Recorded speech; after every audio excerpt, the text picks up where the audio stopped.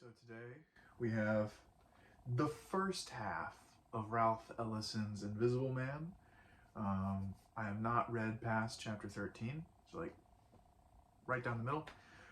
Um, and the film pairing that I had with this one today, I didn't want to display because the cover has some sensitive imagery on it, but I'll show it briefly. It's Spike Lee's Bamboozled, which is a film about the absurdity of racial discrimination and what some black folk are debased to do for acceptance and success within certain industries. And that definitely correlates to what we're talking about here in Invisible Man, and especially the absurdity of it all. Nothing that happens in this novel is necessarily like all that weird. Like all of it is feasible, but it's in its absurdity. It finds that through how often these situations of such heightened magnitude appear before our nameless protagonist. And specifically, I'm thinking about the chapter where he's working at the paint factory and goes to the underground with Lucius, who is an older black man. And Lucius has had to become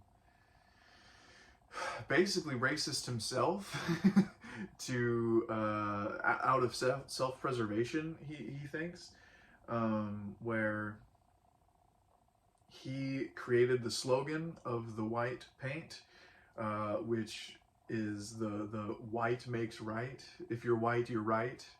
Not white makes right, that would be might makes right. If you're white, you're right. Slogan for this paint company, which is explicitly racist, but works for them as a slogan at the time because society just accepts racism as the norm. And how this man is literally willing to kill the protagonist because he might be a part of a union. And he sees the union as adversarial because they might make him lose his job because he doesn't have the specific qualifications that might be necessary for it, like an engineering degree, which he keeps making sure the main character is not an engineer. He does not want to be threatened by anybody in his placement in society, and to do so, he had to become hostile and in a way racist. And the absolute lunacy of that situation, and also the veterinarian that we meet, who's a doctor who helps Mr. Norton. And it seems that the reason why everyone thinks he's crazy is just because he thought too highly of himself at some point.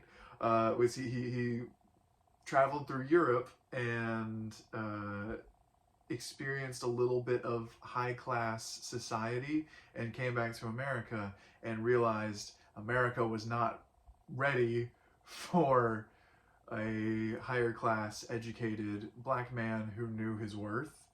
And so throwing him into an insane asylum was the only thing they could think to do. And just the repeated absurdity of these situations centered around racial discrimination. That was the biggest takeaway I had from this section of the book.